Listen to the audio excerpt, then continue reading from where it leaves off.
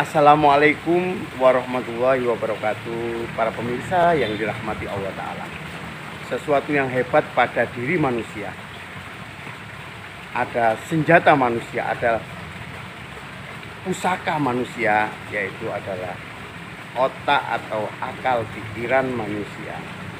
Bahkan sering diingatkan di dalam Al-Quran, afala ta'qilun, afala tadabbarun, apakah engkau tidak berpikir, apakah engkau tidak memahami. Itu yang disampaikan, sering diingatkan di dalam Al-Quran Karim. Karena manusia itu adalah senjata paling hebatnya adalah akal pikiran. Untuk mencapai akal pikiran yang hebat, tentunya kita mengalami proses, otak kita harus mengalami proses pendidikan. Ibaratnya tempat pendidikan yang baik adalah sekolah atau madrasah.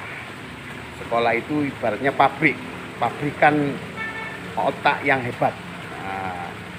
Setiap tahun dia mengeluarkan berapa ratus orang yang hebat. Dalam jenjang pencetakannya, setiap tahun kita mengalami tahapan-tahapan kelas 1 menuju kelas 2, kelas 3. Akan tapi di dalam otak kita terkadang kita mengalami skip atau lompatan-lompatan atau melewatinya karena waktu atau kemampuan atau kelemahan kita. Kita skip ilmu yang kita dapat dalam pabrikan ilmu, yaitu sekolah tersebut. Kita skip, kita loncati.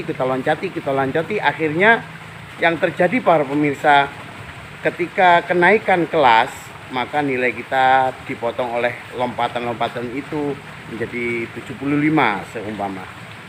Jika ke jenjang berikutnya, tentunya skip karena banyak yang kita lewati, maka skip itu semakin banyak. Semakin tinggi maka lompatan melewati apa yang penting itu kita semakin banyak. Lalu jika kita lulus, maka hasilnya tentu tidak membahagiakan. Ibaratnya tembok banyak lubang-lubang bata yang kosong, tentunya mudah sekali ambruk dan mudah sekali rusak. Lalu bagaimana para pemirsa supaya yang lubang-lubang itu terpenuhi? Di teknologi sekarang ada sesuatu yang mudah sekali, yaitu e-learning, electronic learning atau elektronik pendidikan. Kita bisa melengkapi lubang-lubang itu dengan bertanya kepada Google, mencari apa yang ada di komputer atau di handphone kita, untuk mencukupi lubang-lubang yang ada pada pembelajaran kita ketika membangun pendidikan dalam otak kita, meningkatkan otak kita. Dan supaya tidak terjadi lubang-lubang ketika masuk pabrikan ilmu sekolahan tersebut, apa yang harus kita lakukan? Kita melakukan pembelajaran secara bertahap ya. Yang pertama yang harus kita lakukan adalah fundamental pada otak kita. Fundamental pada otak kita harus kita perbaiki. Jangan sampai kita mempaking atau memenjara atau mengkotak otak kita. Otak kita itu sangat hebat sekali, tapi kita kotak. Aku gak iso nek mengenai matematika iki. Aku gak iso nek bahasa Inggris iki. Aku gak iso nek mengenai pelajaran bahasa ini, matematika atau sosial, pelajaran sosial ini. Aku mesti nilainya elek. Aku duduk ahli nih. Nah, itu sama dengan kita fundamental dasar mental kita itu mengkotak apa yang ada di otak kita. Jika terjadi seperti itu, bagaimana mungkin kalau sudah kita tidak percaya kepada otak kita, lalu kita ingin otak kita hebat. Yang kedua, di samping fundamental kita buka, tidak di kotak-kotak, kita buka bebas menjadi bergerak semaksimal mungkin. Yang kedua adalah tak kala kita mempelajari ilmu di pabrikan, yaitu di sekolahan kita, kita mempelajari ilmu itu kita pelajari ini itu A B C D, kita pelajari sebanyak mungkin, tapi serasa berat sekali, kok gak nyambung ya otak kita ini. Kenapa kok gak iso, gak pinter-pinter aku iki pasti tak pelajari. Wah, pelajaran yang saya pelajari sangat banyak sekali, tapi kok gak bisa-bisa, kenapa ini?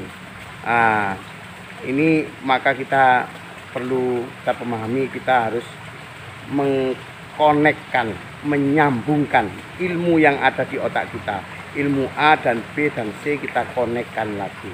Jika kita bisa mengkonekkan ilmu yang ada di otak kita, maka yang terjadi para pemirsa, kita semakin hebat, kita semakin kuat. Hidup ini make a sense, ringan sekali. Menjadi dunia itu begitu masuk akal dan mudah dipelajari. Tapi jika kita mempelajari banyak ilmu tapi tidak nyambung ilmu satu dan ilmu lainnya, maka akan sulit,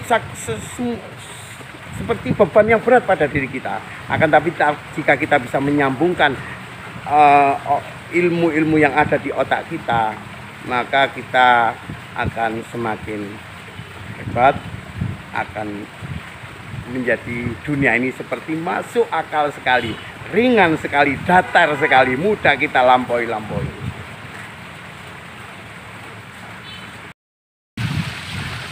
Setelah kita bisa mengkonekkan ilmu-ilmu yang ada pada otak kita, maka kita semakin ringan untuk menjalani kehidupan, untuk menuntut ilmu ini. Ilmu itu seakan-akan sangat masuk akal sekali pada diri kita, sangat ringan sekali, sangat datar sekali untuk menjalaninya. Dunia ini seperti sangat mudah sekali untuk mendapatkan ilmu itu. Dan setelah itu, maka yang terakhir, yang ketiga, kita baru menspesifikasikan keilmuan yang kita pilih. Setelah kita mudah mendapatkan ilmu fundamental, kita tata dengan baik supaya tidak mengkotak atau memenjara otak kita. Kemudian kita bisa mengkaitkan ilmu yang ada di otak kita. Yang terakhir kita spesifikasikan. Tentunya kita harus memilih supaya maksimal, kita milih apa yang kita inginkan. Dalam spesifikasi itu, maka pilihan kita, seperti kita umpamanya kepingin menjadi seorang insinyur atau seorang dokter, maka atau seorang ustadz atau seorang apapun, jika kita tentunya kita harus spesifikasikan, memfokuskan diri pada bidang itu. Tentunya dengan mudah, ringan, karena kita bisa mengkaitkan apa-apa yang ada di otak kita, mengkonekkan apa yang di otak kita, ilmu satu dengan ilmu lainnya, kemudian kita spesifikasikan dengan belajar tekun dan maksimal, rutin, istiqomah. Maka yang terjadi, kita akan menjadi seorang yang ahli di bidangnya dan orang yang maksimal di bidangnya dan orang pilihan Allah Ta'ala. Semoga ilmu yang saya sampaikan ini bermanfaat bagi saya sendiri dan bermanfaat bagi para pemirsa semua. Assalamualaikum warahmatullahi wabarakatuh.